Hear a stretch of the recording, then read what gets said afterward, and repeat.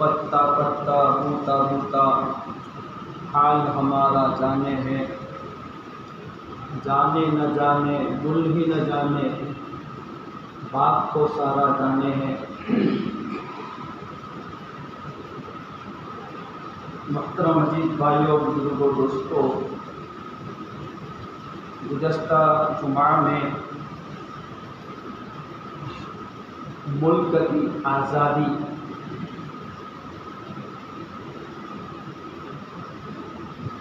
और उसमें उलमाओं की कुर्बानियाँ, उसकी कुछ बातें पेश की गई।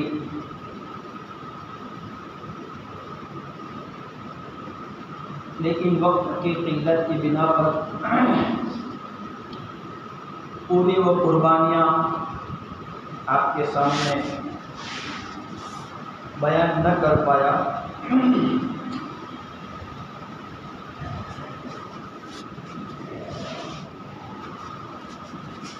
इस मुल्क की आज़ादी के लिए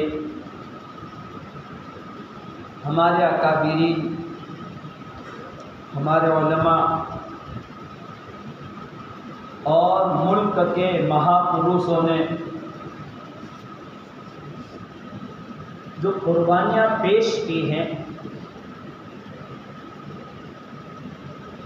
अगर वो कुर्बानियाँ न देते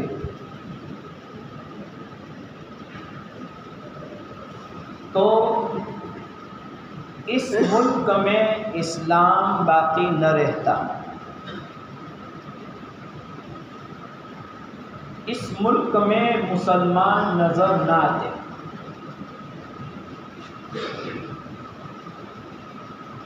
हमारे अकाबिरीन उलमा और मुल्क के महापुरुष अगर कुर्बानियाँ न देते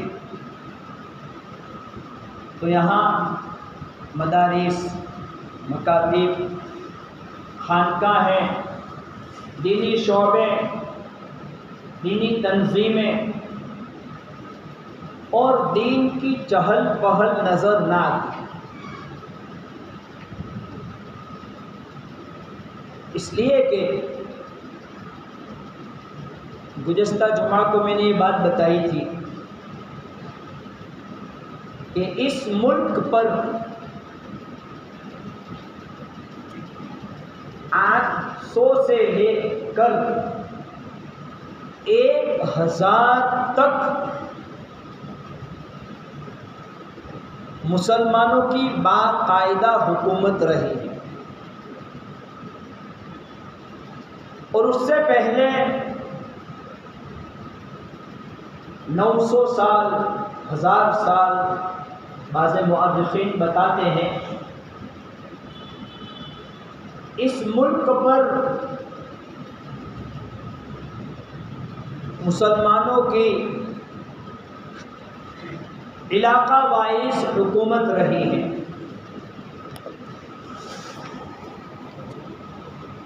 और इस मुल्क में अल्लाह ने ऐसे मुंतखब चुनिंदा लोगों को इस मुल्क की बागडोर के लिए, इस मुल्क की हिफाजत के लिए और इस मुल्क के इस्लाम ईमान की हिफाजत और इशाअत के लिए इंतखाब किया है कि इनके अखलाक, इनके किरदार, इनकी हमदर्दी तमाम कौमों के साथ यकसा मामला,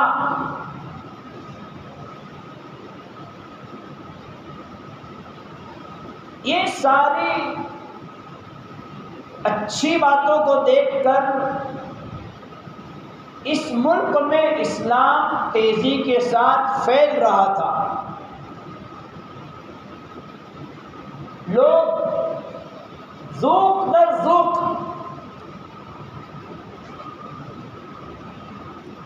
बगैर दबाव के, बगैर जबर के,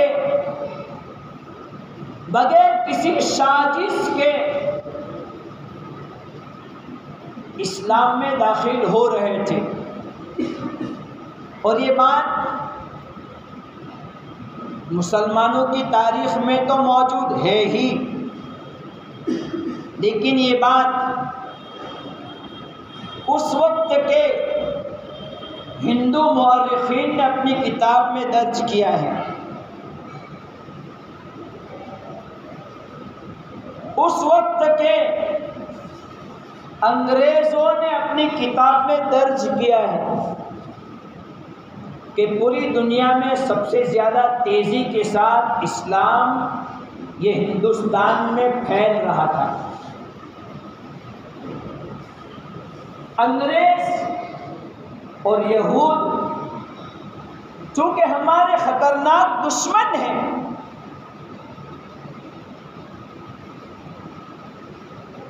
कुरान ने इसकी शहादत दी। जैसे गुज़श्ता मैंने बताया था, लतजिदन्ना अशद्दन्नास अदावतन लिल्लज़ीना आमनुल यहूद,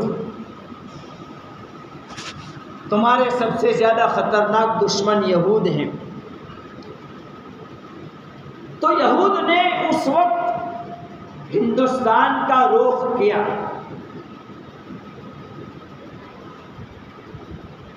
तो सबसे पहले अंग्रेज के मुकाबले के लिए सन 1757 में, 1800 नहीं, 19 नहीं, मुल्क की आज़ादी के 200 साल पहले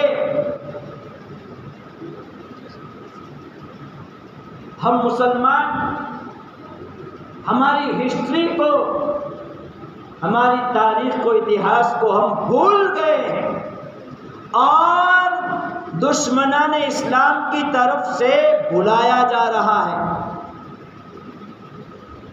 हिस्ट्री बदली जा रही है, तारीख बदली जा रही है। और मुसलमानों व ईमान वालों और मुल्क के वफादारों, मुसलमानों की कुर्बानियों को हर जगह बोलो, उसे याद करो। जो कौम अपनी हिस्ट्री को, अपनी तारीख को, अपने इतिहास को याद रखती है, वो कौम जिंदा कौम की तरह दुनिया में जिंदगी बसर करती है। और जो कौम अपनी तारीख को भूल जाती है, वो खुद तारीख बन के तारीख के पन्नों में दर्ज की जाती है।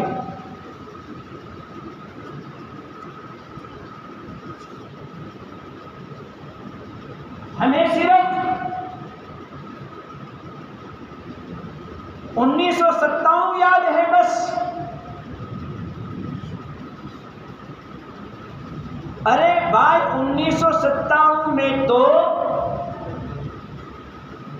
उलमाए देवबंद ने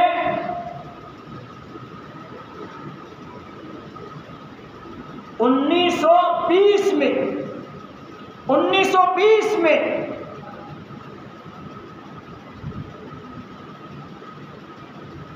मौलाना महमूदुल हसन देवबंदी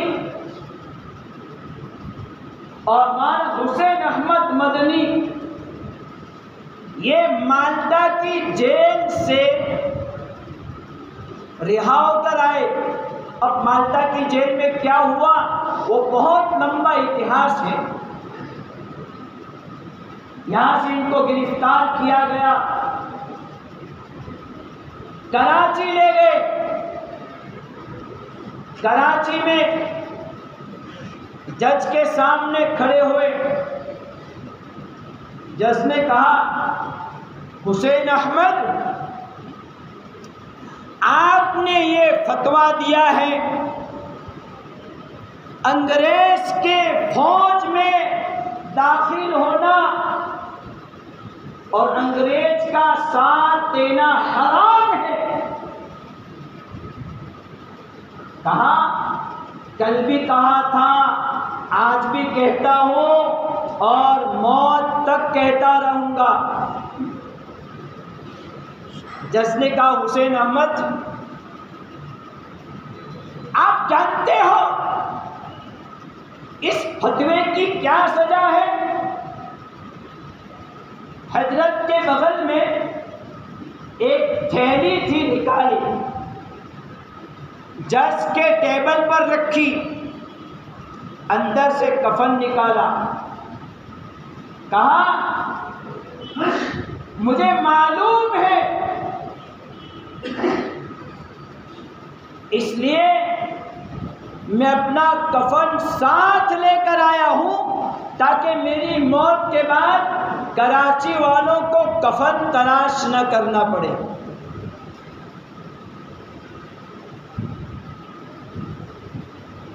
ये तो 1920 के बाद की बात कह रहा हूं, लेकिन सबसे पहली जंग, सबसे पहली आजादी की लड़ाई सिराजुद्दीन दौला ने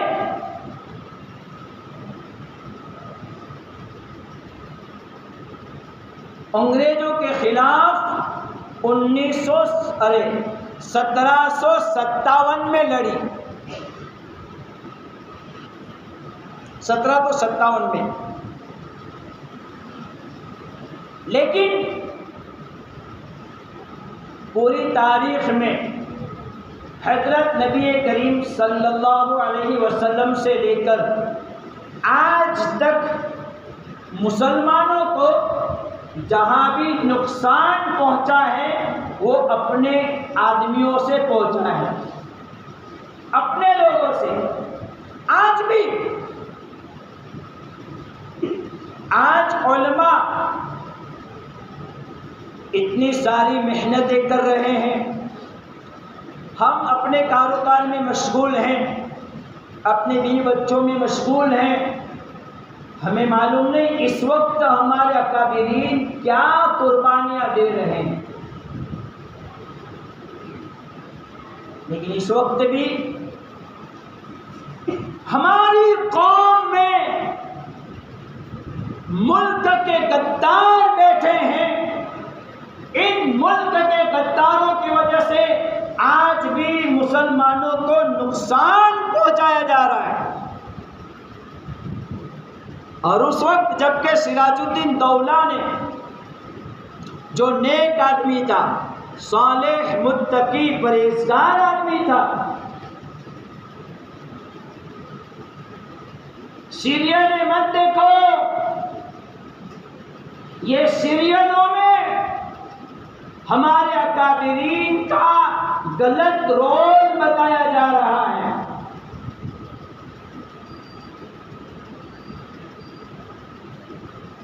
इनकी तस्वीरें गलत बताई जा रही है।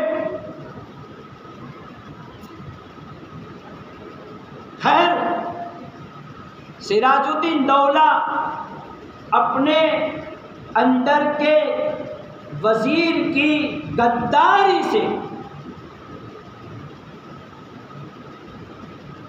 वो जंग हार गए। अंग्रेज़ों को और क़ुव्वत मिली कि इतना बड़ा आदमी, इतना ताकतवर आदमी, हमने इसको शिकस्त दे दी है। अब हिंदुस्तान में हमारा पैर पसारा हो गया। लेकिन उसके चंद सालों बाद तकरीबन 1857 में फिर टीपू सुल्तान ने अंग्रेज़ों के खिलाफ जंग के लिए अपने आप को तैयार किया और टीपू सुल्तान, मैंने पहले का सीरियल मत देखो, टीपू सुल्तान की गलत तस्वीरें हमें बताई जा रही हैं। टीपू सुल्तान रहमतुल्लाह अलैह बहुत बड़े दीनदार, मुत्तकी, परहेजगार, इनकी खानकाह में 1000 लोग रोजाना अल्लाह अल्लाह अल्लाह के नारे लगाते थे। ला इलाहा इल्लल्लाह, ला इलाहा इल्लल्लाह के नारे लगते थे। टीपू सुल्तान के बारे में तारीख में लिखा है, इसलिए तारीख की किताबें पढ़ो। गूगल, व्हाट्सएप, फेसबुक ये मत देखो। उलमाओं के पास आओ और तारीख की किताबें पढ़ो, तारीख हिंद पढ़ो, रेशमी रुमाल पढ़ो, जंग आज़ादी में मुसलमानों का किरदार पढ़ो। क्या लिखा है और हम क्या देख रहे हैं। टीपू सुल्तान तहज्जुद गुजार आदमी था, इशराक 4 शव्वाबीन का पाबंद आदमी था। जिस वक्त वो शहीद हुए हैं, तहज्जुद की नमाज पढ़ी, फजर की नमाज पढ़ी, फजर से लेकर इशराक तक जिक्र में मुब्तला रहे, जिक्र में मशगूल रहे।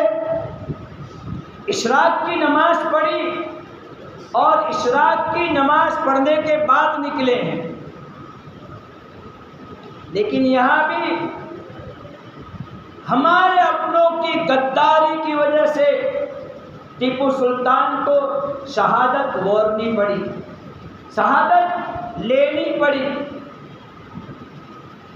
जब टीपू सुल्तान रहमतुल्लाह अलैह शहीद होकर ज़मीन पे आराम फरमा रहे हैं, बारोब आदमी, बासलाहियत आदमी, इनके रौब की वजह से किसी अंग्रेज की हिम्मत नहीं थी कि इनकी नाश के करीब आवे, इनके मैयत के करीब आवे, किसी की हिम्मत नहीं। 3 दिन वहाँ पड़े रहे। तीसरे दिन देखा कि कोई हरकत नहीं है, तो अंग्रेज का लीडर अपना झंडा लेकर आया और टीपू सुल्तान रहमतुल्लाह अलैह के सीने पर बैठकर उसने कहा, आज से हिंदुस्तान हमारा है। और ये कहता हुआ अभी आगे बढ़े, दिल्ली में दाखिल हुए। तो दिल्ली में कब्रिस्तान में एक अल्लाह वाले खानकाह में मशगूल थे। खैर वक्त हो रहा है, लेकिन दोस्तों इतना याद रखो कि इस मुल्क की आज़ादी के लिए भीमराव, डॉक्टर भीमराव अपनी किताब सफ़ा नंबर 230 में लिखता है, मुस्लिम मुजाहिदीन इनकी किताब का नाम है। भीमराव की किताब का नाम क्या है? मुस्लिम मुजाहिदीन। ये हिंदू मुअर्रिख हैं, वो अपनी किताब में लिखता है कि हमने उंगलियों के पोरों से गिना है, हमने टुकड़ियाँ बनाकर गिनने के लिए रख 55,000 उलमाओं ने इस मुल्क की आज़ादी के लिए अपने आप को फांसी के फांसड़े पर चढ़ाया है और 4 लाख आम मुसलमानों ने अपने आप को कुर्बान किया है। आगे की हिस्ट्री जो है अगर मौका मिला तो बाद में बयान की जाएगी। अल्लाह ताला हमें इस मुल्क की हिफाजत के लिए जान माल वक्त की कुर्बानी से आगे बढ़ने की तौफीक अता फरमावे। वाखिरु दावाना।